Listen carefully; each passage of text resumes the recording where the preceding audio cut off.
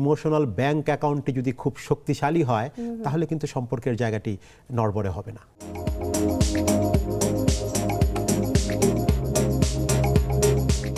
কত বছর পরে বিবাহ বিচ্ছেদে এই সমস্যাটা বাড়ছে, বা কোন বয়সে নারী পুরুষদের মধ্যে এই সমস্যাটা বেশি হচ্ছে?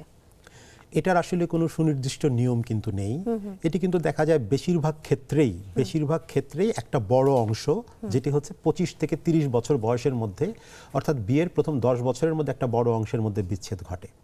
আর একটা বড় অংশ কিন্তু রয়েছে যাদের বয়স 40 পার হয়ে গেছে, যে দম্পতির বয়স, তাদের ভিতরে একটা বড় অংশের বিচ্ছেদগুলো ঘটে। এটা বিভিন্ন দেশে বিভিন্ন ধরনের গবেষণা রয়েছে এবং এটার কিন্তু একটা কালচারাল ভ্যারিয়েশন আছে।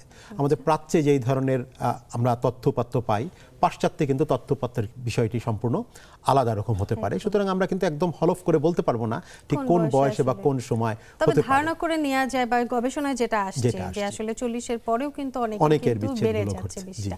এটা তো এমন হতে পারে, আমরা তো অনেকগুলো কারণ দেখলাম, তার মধ্যে তো যোগাযোগের একটা অভাব, যে এটা একজনের সাথে মানে দেখা হচ্ছে কম, কথা তো কম হচ্ছে, তার মধ্যে এই যোগাযোগে যদি একটা ঘাটতি পড়ে যায়, বা কেউ যদি বিদেশে থাকেন, যে স্বামী যদি বিদেশে থাকেন বা স্ত্রী যদি অনেক দূরে থাকেন, সেক্ষেত্রেও কি এই বিচ্ছেদের হারটা অনেক বেড়ে যাচ্ছে না? একটা হচ্ছে যে এই যে দূরে থাকছেন, সত্যিকার অর্থে ফিজিক্যাল যোগাযোগটি হয়তো তাদের ভিতরে কম হচ্ছে, কিন্তু সেই জায়গাটা যদি ইমোশনাল অ্যাটাচমেন্টটা খুব ভালো থাকে, ইমোশনাল যোগাযোগ যদি ঠিক থাকে, সেটি কিন্তু সম্পর্ককে টিকিয়ে রাখতে একটি খুব গুরুত্বপূর্ণ ভূমিকা পালন করে।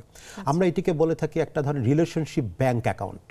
মানে ব্যাংক অ্যাকাউন্ট মানে একটা ভালো অ্যাপ্রিসিয়েশন, একটা ভালো কথা, একটা ভালো তাকে অনুভূতিগুলোকে প্রকাশ করা, তার অনুভূতিকে ভ্যালিডেট করা সঙ্গী বা সঙ্গিনীর, যখন সেটি কিন্তু এক ধরনের ডিপোজিট, ব্যাংকে কিছু টাকা জমা হলো।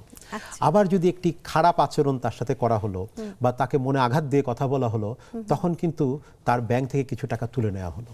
তা দিন শেষে, বছর শেষে যখন আপনি ফিসক্যাল ইয়ার হিসাব করবেন, একটি অর্থ বছরে আপনি কত টাকা তুললেন আর কত টাকা জমা দিলেন, তার উপরে নির্ভর করে আপনার ব্যাংক অ্যাকাউন্টে কত টাকা জমা থাকলো।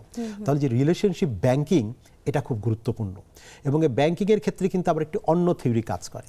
আপনি একটি ভালো আচরণ করলেন, হয়তো ব্যাংকে যেই টাকাটি জমা হলো সেটির জন্য আবার একটি খারাপ আচরণ করলেন, তার বিপরীতে কিন্তু আপনাকে 5টি ভালো আচরণ করতে হবে।